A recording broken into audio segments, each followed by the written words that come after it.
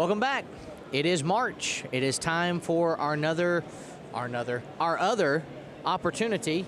Another. You know what? I'll get it right eventually. It's time for another opportunity to study the Word of God together. That's why we love this podcast. We just let you know we're flawed people. We're studying flawed people this season on Scattered Disciples. See what I did there? It is the time of month for the lectureship, a time of year. I'm continuing to do it. We'll get there eventually. March. We're studying later this month. I know the Lord will make a way. It's our 60th anniversary.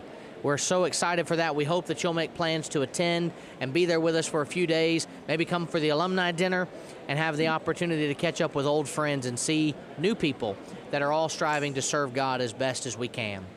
As I have the opportunity to sit down today with my panelists, I have Chase Green for the first time this season, and Wayne is continuing on these few episodes that we're all doing together.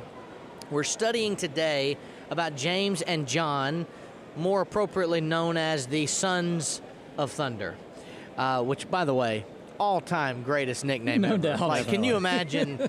Those are the Sons of Thunder. I would love that. I mean, I know it wasn't said necessarily as the nicest of things, but that is a really good nickname, as the sound of it at least. Yeah. So as we start with that, let's ask that question. I'm going to give you the episode theme and the question themes of what we're talking about, but this is ambition to apostolic maturity.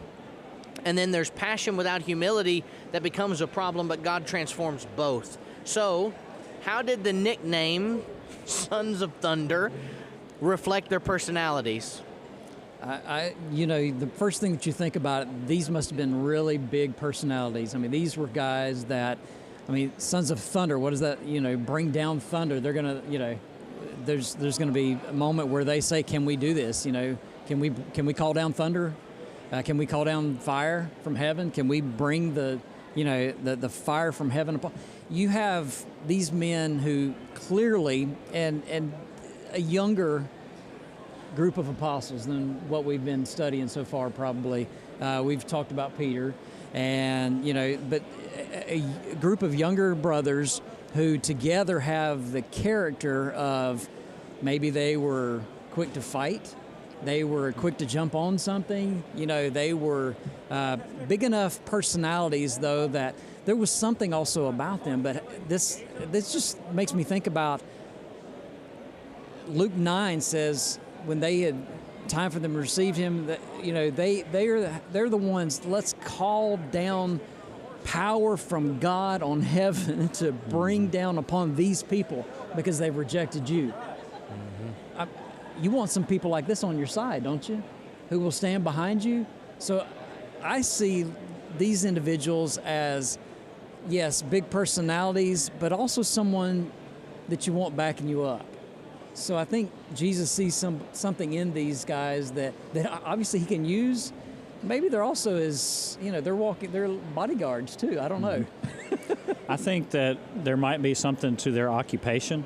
Sure. You think about Peter and Andrew, but also James and John are fishermen. Fishermen? Yeah. They're not librarians, or something to that nature. Yeah. They're fishermen. And I think about, people that are involved in boating and ships and things like that in ancient days, sailors. Yeah. We don't want to overgeneralize, but sometimes there can be the concept of, within sailors and seafaring men and things like that, sometimes some rough backgrounds and things like that. And I think that the expression "curse like a sailor" is there for a reason. Yeah. And so these would have been hard-working men. Yeah. I could see them being muscled up and strong men. Yeah. And I think probably, like you're saying, very much boisterous in personality. Yeah. And I think that comes out clearly when we get to Luke 9, verses 49 through 56. Talks about how they wanted to bring the thunder, so to speak. Luke 9, verses 49 and following says, "Now John answered and said, 'Master, we saw someone casting out demons in your name, and we forbade him, because he does not follow with us.' But Jesus said to him, 'Do not forbid him, for he who is not against us is on our side.'" So number one, Jesus is having to kind of calm him down on that. And then we take it a step further, verse 51 and following, Luke chapter 9. "Now it came to pass when the time had come for him to be received up, that he steadfastly set his face to go to Jerusalem.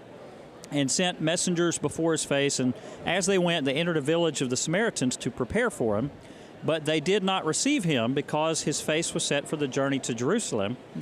And when his disciples, James and John, saw this, they said, Lord, do you want us to command fire to come down from heaven and consume them just as Elijah did? They didn't take kindly to the Samaritans not welcoming Jesus, and they wanted to just disintegrate. Let's kill 'em. Yeah, let's disintegrate the most them. wild jump Let's end this ever. place, yes. Right. So definitely there's something to these guys' personalities, to say the least. Yeah. Now it is interesting though. I'm trying not to be funny, I promise. But it is funny that there are times where the members act like the Sons of Thunder. If you don't go by and say hello to them, they treat you as if you're dead. They don't want to speak to you anymore if you don't. And I think it's like I said, they didn't receive him, and so the disciples say, Lord, they didn't greet you. We should kill them. That is so craziest. I mean, like, of all the things to say, like, we should go and scold them, we should go and speak to them. No, just kill them. Just get rid of them that way. Now, here's another thing, though. I kind of see the hubris here where the Sons of Thunder are saying, do you want us to call down fire from heaven? Not, Lord, will you call down fire from heaven? This is just one chapter later where we're talking about all of the things that are happening in Luke 8 where Jesus calms the storm. They would have been present to have seen Jesus command the storm to stand still. And yet now they're saying, Jesus, we've got this. If you need us, we will kill these people for you. I'm sorry. It's the funniest thing the more I think about it, that they're just, that's their goal is we will kill anyone who does not greet you the way that they should. And what is amazing to me is we think about John particularly as the apostle of love. And I think we'll probably delve into this in some further questions, but it's mind-boggling to me that you had them go from that to at least John for sure being the apostle of love. Another thing is Matthew 20, verses 20 through 25. I can't help but think that there's some family pride going on in this family. Matthew 20, beginning in verse 20, it says, Then the mother of Zebedee's sons came to him with her sons, James and John, kneeling down and asking something from him. And he said to her, What do you wish? She said to him, Grant that these two sons of mine may sit, one on your right hand and one on the left, in your kingdom. But Jesus answered, You do not know what you ask. I always think about that. The sheep are on the right and the goats are on the left. I can't help but wonder if Jesus had that on his mind when he's like, you don't know what you're asking if you want one of them to be on the left, you know.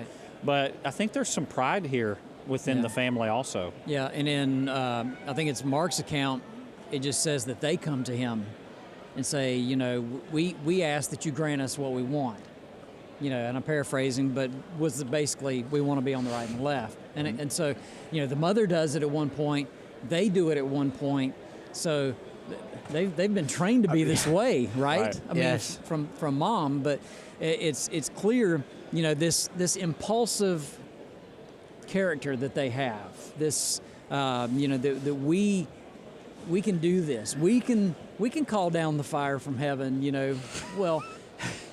You know, clearly, well, maybe because, you know, we want to be on the right and the left too, you know. We want to be on either side of you. We'll eliminate any problems if that's what it takes. And I think that is actually something that is an interesting quick text takeaway, if you will. Sorry, but, you know, people will do anything to get to the top. No matter who they have to hurt, no matter who they have to step over, no matter who they have to, you know, steal from, whatever it is, they'll do whatever it takes to prop themselves up. And maybe in their minds, that's exactly what, all right, God, these people are not greeting you. You want us to kill them? Will that do it? Will that get us in your good graces enough to sit on the right and the left of you? And you just can't help but stop and think, like, what changed? And so that's what I want to ask now. What changed in their character from this to then now? What puts it in the perspective of where we end up seeing these individuals? I have no doubt that the teachings of Jesus and their interactions with Jesus throughout his ministry taught these men a lot. Think about the meekness and the kindness and gentleness and mercy and love and things like that Jesus showed repeatedly in his ministry and teaching. And yes, there were times when Jesus had to get rough with people. I think about Matthew 23 and whatnot. But even then, Jesus did it the right way. Yeah. When Jesus had to flip tables, he did it the right way and under the right circumstances that was truly needed. What we're seeing with James and John on this account we've been talking about, it's not exactly appropriate to burn people to a crisp because, well, they didn't greet you properly.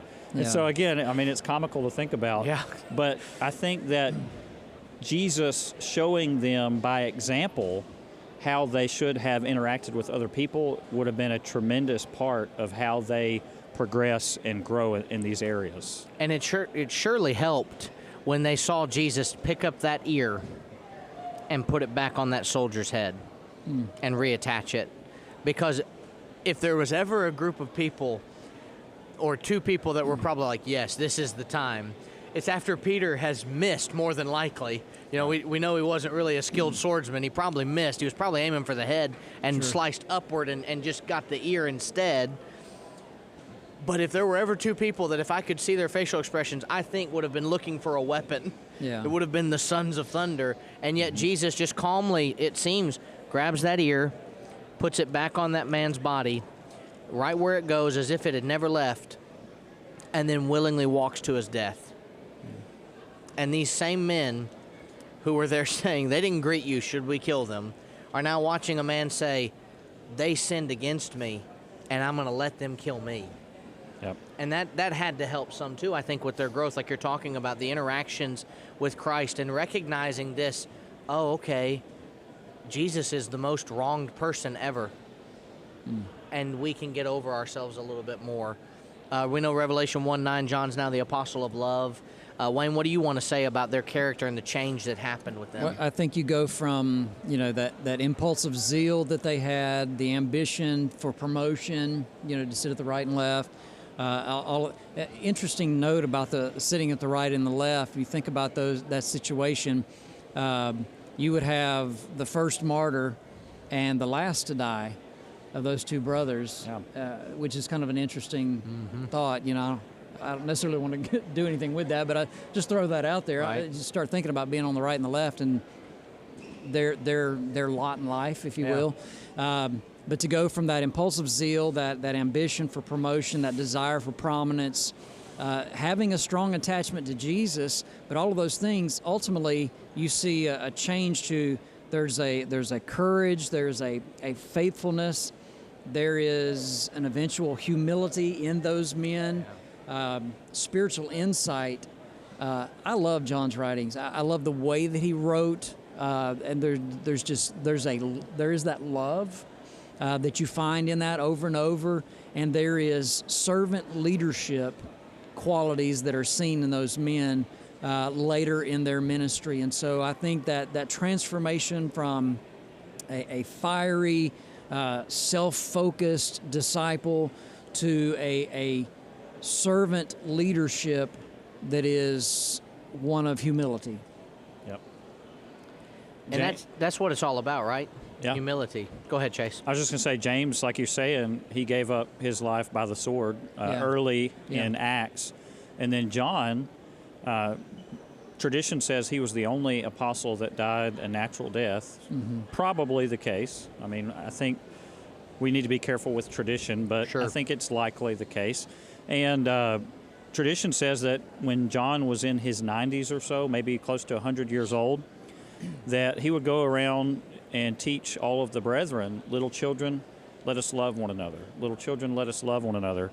And I go and read in 1 John 3, verses 10 through 18. 1 John 3, verses 10 through 18, it says, "In this the children of God and the children of the devil are manifest or made clear. Whoever does not practice righteousness is not of God, nor is he who does not love his brother. For this is the message that you have heard from the beginning, that we should love one another, not as Cain, who was the wicked one and murdered his brother. And why did he murder him? Because his works were evil and his brother's righteous. Do not marvel, my brethren, if the world hates you. We know that we have passed from death to life because we love the brethren. He who does not love his brother abides in death. Whoever hates his brother is a murderer, and you know that no murderer has eternal life abiding in him. By this we know love, because he laid down his life for us, and we also ought to lay down our lives for the brethren. But whoever has this world's goods and sees his brother is in need and shuts up his heart from him, how does the love of God abide in him? My little children, let us not love in word or in tongue, but in deed and in truth. And by this we know that we are of the truth, and shall assure ourselves, or our hearts rather, before him. For if our heart condemns us, God is greater than our heart and knows all things. So the same apostle that writes this was that one that we mentioned a few moments ago that was wanting to call down the fire of heaven. Yeah. Got anything else? Not on that. Make something up. No, no. That was good. I like how you brought it together. Yeah. All right, question number 3. How do their lives warn us about the pride and encouraging us in spiritual growth? Those two aspects, pride and growth, they don't come hand in hand. One has to go for the other to live. You can't grow if you're prideful. You can only grow if you're not prideful. So how does that happen in their own lives? Luke 14:11, Jesus said, whoever exalts himself will be humbled. Whoever humbles himself will be exalted. And I think you start to look at how Christ is going to help shape these disciples into the leaders that he wants them to be. Yeah. And learning to allow the Lord to use us in the kingdom, to use the talents, skills, abilities, and so forth that we have. Literally, Ephesians 2:21, being fitted together in the kingdom, I think is important. So we all come from different backgrounds. We all have different abilities, skills, and all those things, and we have different pasts and experiences that we've gone through. But allowing the Lord to use that in His kingdom, I think that's what we see in their example for us. Chase? Matthew 20, verses 26 through 28, which is same context of James and John's pride from their interaction with their mother that we mentioned earlier. Matthew 20, verses 26 through 28, Jesus teaches us a very important lesson. He says, "Yet it shall not be so among you, but whoever desires to become great among you, let him be your servant.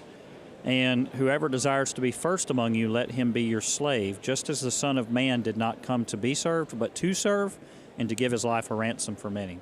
So you were talking about the servant leadership earlier. Jesus is the perfect example of that.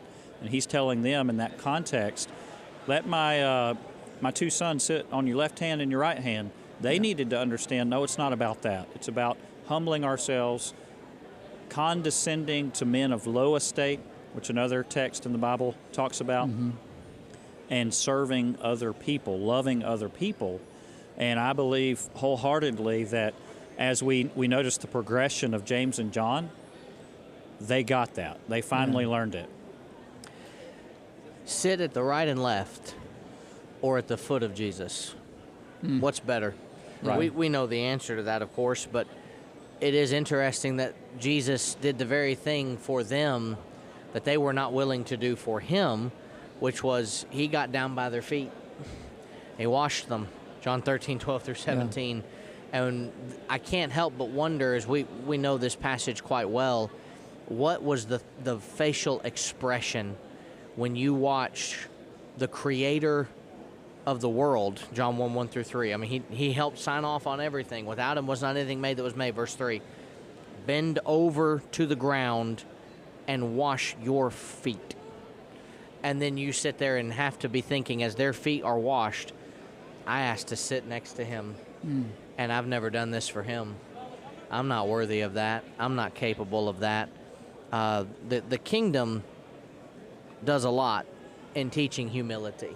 Absolutely. And I think that Jesus' 3.5 years was a master class. I wish we could have all the things recorded, but it was the very Son of Thunder, John, that wrote, not everything is recorded because you have no idea how much was done in those 3.5 years. The books of the world can't contain them. Right. And a man who worked constantly. Wayne, you have anything else you want to add? I would just add, as far as Scripture, Philippians 2 to that, let nothing be done through selfish ambition or deceit. In lowliness of mind, let each esteem others better than himself. And he goes on to give the example of Jesus and say, let this mind be in you, which was also in Christ Jesus, right? Yeah. So, Chase, anything else? Love one another, just as John said. Yeah, let us love each other. That's right. Well, Thank you guys so much for being with us. Thank you for watching or listening. We have a lot of great content on the Scattered Abroad Network. We're doing as much as we can to provide you with opportunities to wake up in the morning and have a new Bible study waiting for you. We are thankful to have the opportunity to tell you again about our lectureship coming up just later this month. We'd love to have you for that. We'd also love to remind you about the Gather Together Conference that's starting this July 29th through August the 2nd. It is free to attend. It is in Murray, Kentucky. All the information, I'm sure, is popping up right now as I'm talking about it. We're thankful to have the opportunity to study the Psalms in their entirety. We're going to study all 150 Psalms and 50 extra special studies. Are we crazy? We'll find out in July. But we hope and pray that you'll be there with us if we agree with Chase's answer of yes. Until next time, next month, when we're back together in this format, we hope and pray that you'll remember the words of Acts 8:4. Therefore, they that were scattered went everywhere preaching the word. Let us always remember to scatter the word together.